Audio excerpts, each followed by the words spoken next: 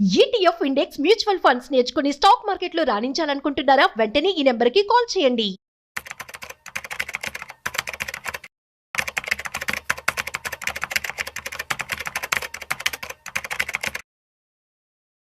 కేవలం 5,000 రూపాయలతో మ్యూచువల్ ఫండ్స్లో పెట్టుబడి పెడితే రిటర్న్స్ అనేవి ఎలా వస్తాయి, అదేవిధంగా దీని పోర్ట్ఫోలియోని మనం ఎలా మేనేజ్ చేసుకోవాలి, ఎట్ ది సేమ్ టైం ఒకవేళ నెలకి 20,000 రూపాయలు పెట్టి కనుక మీరు ఇన్వెస్ట్మెంట్ చేసినట్లయితే సో ఈ పోర్ట్ఫోలియోని ఎలా బ్యాలెన్స్ చేసుకోవాలి, ఎలా మెయింటైన్ చేయాలి, ఎంత కాపర్స్ మనకు వస్తూ ఉంటుంది, ఎట్ ది సేమ్ టైం 1,00,00,000 రూపాయలు సంపాదించడానికి ఎంత టైం అవసరం అవుతుంది, దీనికి సంబంధించి పూర్తి సమాచారం ఇవాళ మనతో చెప్పడానికి ఫైనాన్షియల్ ఎక్స్పర్ట్ గిరిబాబు గారు ఉన్నారు. సో వారి మాటలోనే అడిగి తెలుసుకుందాం. హాయ్, హలో, నమస్తే, welcome to Suman TV.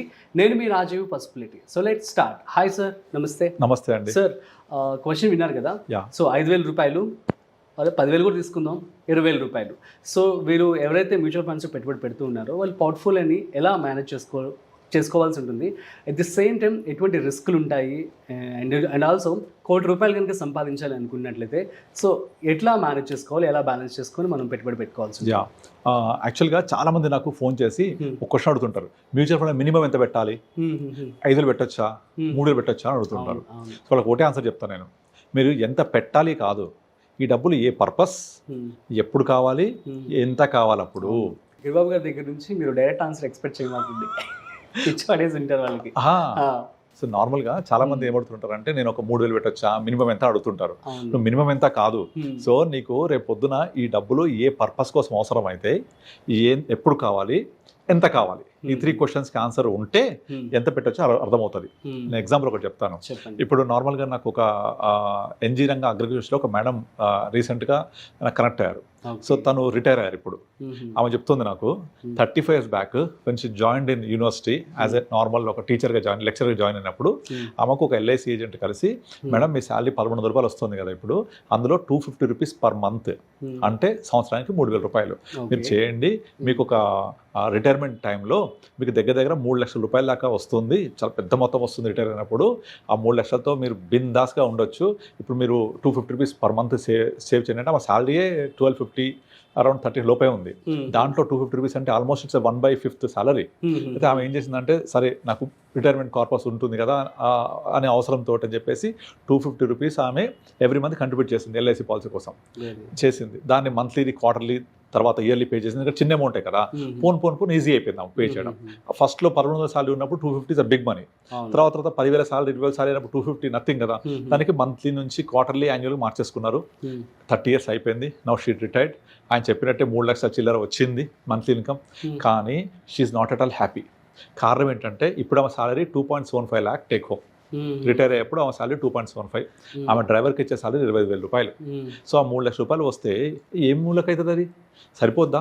And already ఈ లోపల ఆమె రిటైర్ కూడా అయిపోయింది, ఒక సొంత ఇల్లు ఉంది, పెన్షన్ వస్తుంది, ఇవన్నీ కూడా ఆమెకు వెల్ సెటిల్ లాగా ఉన్నాయి.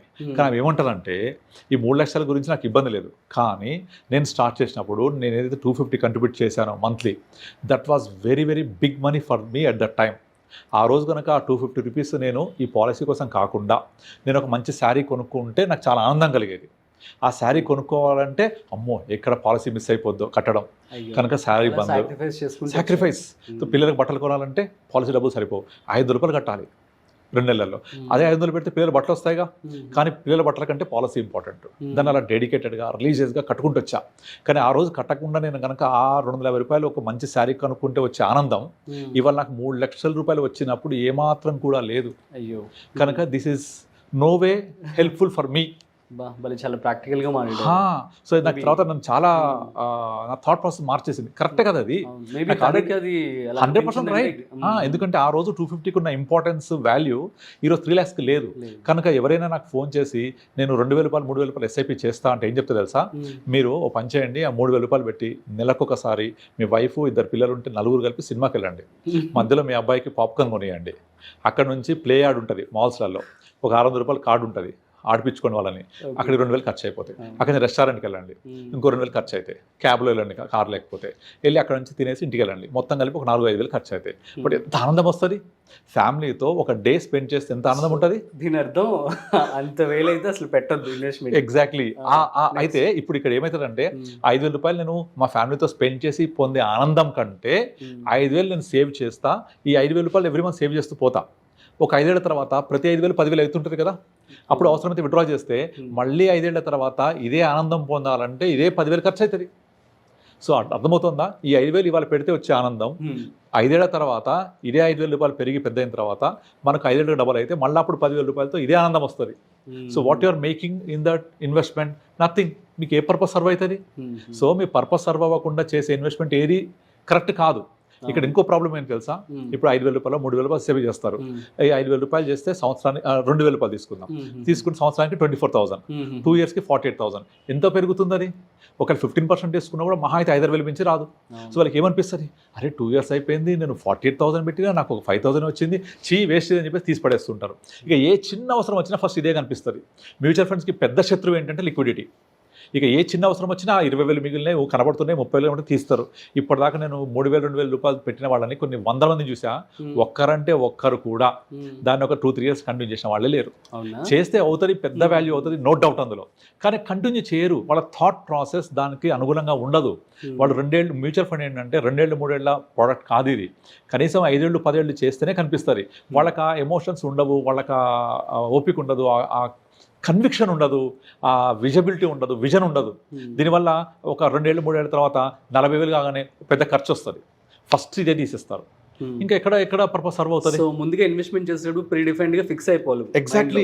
ఫస్ట్ మీ గోల్ ఏంటి, మీ గోల్ ఏంటి, రిక్వైర్మెంట్ ఏంటి, నీడ్ ఏంటి, ఇలా మీరు ఫస్ట్ అర్థం చేసుకొని ముందు రోజే ఎగ్జిట్ ప్లాన్ తీసుకోండి. ఫర్ ఎగ్జాంపుల్ మీకు 1 లీటర్ పాలు ఇచ్చి కాగబెట్టమంటే ఏ పర్పస్ తీసుకొని తాగుతారా, పాల తోడేస్తారా, లేదా కీర్ చేస్తారా, కోవా చేస్తారా, నెయ్యి చేస్తారా, దాన్ని బట్టే కదా డ్యూరేషన్ ఆఫ్ మిల్క్ హీటింగ్ ఉండేది. సో అది జరగాలి అంటే మీకు పర్పస్ తెలియాలి కదా. ఆ పర్పస్ ఏంటి? నీకు ఏదైనా గోల్ అవ్వాలి. మీ ఇల్లు కొనుక్కుంటారా, పిల్లల పెళ్ళిళ్ళ కోసమా, కారు కొనుక్కుంటారా, వెకేషనా, ఏదైనా లక్షలో తక్కువ ఉండదు కదా. దానికి తగ్గట్టుగా ఎంత ఇంగ్రీడియంట్ కావాలి ఇప్పుడు, ఆ ప్రకారంగా మీకు ప్రిపేర్ అవుతుంది. అవేమీ లేకుండా నేను మ్యూచువల్ ఫండ్లో మినిమం ఎంత పెట్టచ్చు, 5,000 రూపాయలు పెట్టచ్చా అంటే ఎస్ పెట్టచ్చు, బట్ ఏం పర్పస్ సర్వ్ అవ్వదు, మీరు ఏమి సాధించలేదు దాంతో. డైరెక్ట్ చెప్పేస్తాను నేను. 20 ఏళ్ల తర్వాత మీకు వచ్చే ఆనందము ఇవాళ 5,000 పెడితే వచ్చే ఆనందం ఎక్కువ. ఇన్ఫ్లేషన్ లీటవే కదా. ఇప్పుడు మీకు నార్మల్గా చాలామంది ఒక 25 ఏళ్ల క్రితం నేను ఇక్కడ ల్యాండ్ కొన్నాను, 1,00,000 రూపాయలు విలువ, ఇవాళ 1 కోటి పడింది అంటే ఎంత హ్యాపీ ఫీల్ అవుతారు. ఆ జర్నీ ఉండాలి, ఆ కన్విక్షన్ ఉండాలి, ఆ విజన్ ఉండాలి, అప్పుడే అవుతుంది అది, లేకపోతే కాదు. తర్వాత 20,000 గురించి అడిగారు మీరు. 20,000 పోర్ట్ఫోలియో డిజైన్ చేసుకోవాలి. పాజిటివ్ చెప్తారేమో. అట్లని కాదు, 20,000 రూపాయలు అంటే కొంచెం పెద్ద మొత్తం. దీన్ని ఏం చేయొచ్చు, మీరు దాన్ని కొంచెం స్టెప్అప్ చేసుకుంటూ ఒక 10-15 ఇయర్స్ కనుక ఇన్వెస్ట్ చేస్తూ పోతే, మీరు రూల్ 15 తెలుసు కదా, 15,000 15 ఇయర్స్ 15% వస్తుంది. ఎగ్జాక్ట్లీ. అప్పుడు ఏమవుతుంది, అదే 20,000 కనుక 10 ఇయర్స్ చేస్తే మీకు దగ్గర 70-80 lakhs వస్తుంది. తర్వాత ఒక 15 ఇయర్స్ కంటిన్యూ చేస్తే 1.5-2 కోట్లు అవుతాయి. అదే దీన్ని మీరు ఇంకొక 15 ఇయర్స్ కంటిన్యూ చేస్తే 25 ఇయర్స్లో అదే 20,000 తోటి మీరు ఊహించినంత వెల్త్ క్రియేట్ అవుతుంది. It runs into crores. అప్పుడు ఎంత హ్యాపీ ఫీల్ అవుతుంది. తర్వాత కరోర్పతి, ఈ కోటీశ్వరుడు అవ్వడం అనేది ఎంతోమంది కళ, కానీ ఈ కోటీశ్వరుడు అవ్వాలంటే అంత ఈజీ కాదు. ఇప్పుడు మనకు ఇండియాలో మొత్తం ఉన్న జనాభాలో అందరి దగ్గర కలిపి ఒక టాప్ 5% ఆఫ్ పాపులేషన్ దగ్గర 90% సంపద ఉంటుంది. 90% ఆఫ్ పాపులేషన్ దగ్గర ఓన్లీ 5% ఆఫ్ సంపదే ఉంటుంది. ఎందుకు జరుగుతుంది, అంతరం ఎందుకు ఎక్కువ ఉంది అంటే విజన్, కన్విక్షన్. ఇప్పుడు మనకు బిజినెస్ పీపుల్ ఉంటారు, వాళ్ళు ఫస్ట్ క్రోర్ సంపాదించడానికి చాలా కష్టపడతారు. తర్వాత తెలియకుండా మొదటి 1 కోటి రూపాయలు 2వ కోటి రూపాయలు సంపాదించేస్తారు. ఆ 2 కోట్లు 4 కోట్లు అయితే 4 8 అవుతాయి. Power of compounding happens. కనుక మీరు లాంగ్ జర్నీలో లాంగ్ టర్మ్లో మొదటి 1 కోటి రూపాయలు కష్టపడితే 2వ కోటి రూపాయలు దాంట్లో అదే జనరేట్ చేసుకుంటారు. కనుక ఆ మొదటి 1 కోటి రూపాయలు చాలా ఇంపార్టెంట్, చాలా కష్టము. ఆ కష్టాన్ని అర్థం చేసుకొని మనం దాటాలి. ఇప్పుడు ఫర్ మై పోర్ట్ఫోలియో నేను మొదటి 100 కోట్లు రావడానికి నాకు 7 years పట్టింది. నేను 15లో స్టార్ట్ చేశాను నా కెరియర్ యాజ్ ఇండిపెండెంట్ ఫైనాన్షియల్ అడ్వైజర్గా. 15 నుంచి 2022 we celebrated first 100 crore. 24 we celebrated second 100 crore. 25 August we celebrated third 100 crore. Total 300 crores. మొదటి 100 crores కి 7 years. 22 September, 24 September we celebrated 200 crores అంటే 2 years పట్టింది. థర్డ్ 100 crore ఓన్లీ 1 year పట్టింది. ఇక నుంచి every year 150 crores generate అవుతుంటుంది. By 2030 I will bet not less than 1000 crores దగ్గర ఉంటాను ఈజీగా. ఎందుకంటే ఇప్పుడు ఎస్ఐపి బుక్ నాది ఆల్మోస్ట్ 3.5-4 crores మధ్య ఉంది. సో ఇదంతా యాడ్ అవుతుంటే ఇక 10 monthsలోనే 100 crores వచ్చేస్తుంది నెక్స్ట్ 10 monthsలో. తర్వాత నెక్స్ట్ 8 monthsలో 100 crores వచ్చేస్తుంది. అండ్ ఎగ్జిస్టింగ్ కాంపౌండింగ్ అవుతూ ఉంటుంది portfolio. So client hand holding చేస్తూ ఉంటాం. సో అలా చేస్తూ ఉండడం వల్ల బై వితిన్ 4-5 yearsలో ఇక్కడ నుంచి మళ్ళీ డబల్ అవుతుంది. 600 crores సిప్ యాడ్ అవుతుంది, ఎంటీఎం ఇస్తుంది మార్కెట్ వాల్యూ, దాంతో 800 crores అయిపోతుంది just 3-4 yearsలో.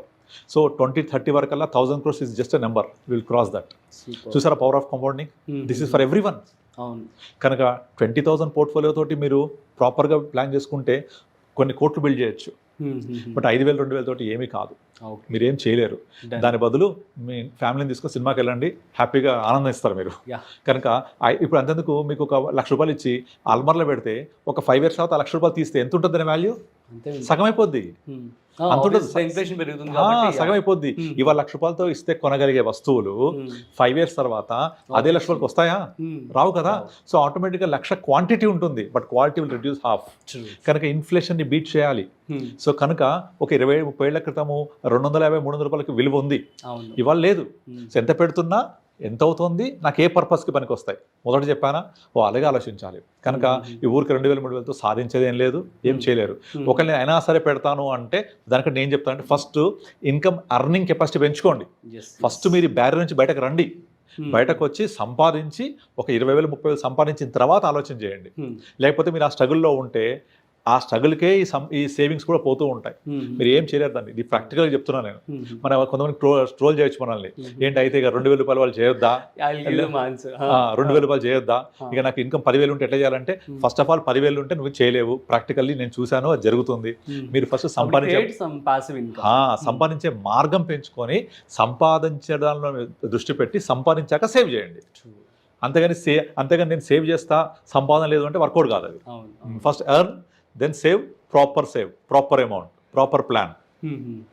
Super sir, thank you so much. So guys అర్థమైంది కదా, మరి పెట్టుబడి పెట్టే వాళ్ళందరూ సో 1,000 రూపాయలు 2,000 పెట్టి మేము పెట్టుబడి పెడతాము అంటే అది మీ యొక్క ఓన్ రిస్క్ అనమాట. ఒక ఎగ్జాంపుల్ చెప్పారు కదా గిరిబాబు గారు. సో ఒక లెక్చరర్స్ టీచర్స్ ఎంత సాటిస్ఫాక్షన్ లేకుండా ఉన్నారో అదొక మంచి ఎగ్జాంపుల్ అని చెప్పి మీరు కూడా తీసుకోండి. సో ఎక్కువ పెట్టుబడి పెడితే మీకు లాంగ్ టర్మ్లో సాటిస్ఫాక్షన్ అనేది ఉంటుంది. సో ఇప్పుడు కనుక మీరు పెట్టుబడి పెట్టలేము అని చెప్పి కనుక ఆలోచిస్తున్నట్లయితే మనం ప్యాసివ్ ఇన్కమ్ సంబంధించి వీడియోని చేశాను గిరిబాబు గారు నేను. సో ఆ వీడియో మీరు చూడొచ్చు. అండ్ సో ఈ విధంగా మీరు ప్యాసివ్ ఇన్కమ్ క్రియేట్ చేసుకొని ఆఫ్టర్ దట్ ఓన్లీ సో మీరు ఇన్వెస్ట్మెంట్ తెలివిగా లాంగ్ టర్మ్కి కనుక పెట్టుబడి పెట్టినట్లయితే మీరు సాటిస్ఫైగా ఉంటారనమాట. So that's it. సో మరొక ఇంట్రెస్టింగ్ కాంటెంట్తో మళ్ళీ కలుద్దాం. మీకు కనుక ఏమైనా డౌట్స్ కనుక ఉన్నట్లయితే కామెంట్ చేయండి, మేము రిప్లై ఇస్తాము. So thanks for watching. This is Rajeev signing off. Video నచ్చినట్లయితే లైక్, షేర్ అండ్ సబ్స్క్రైబ్.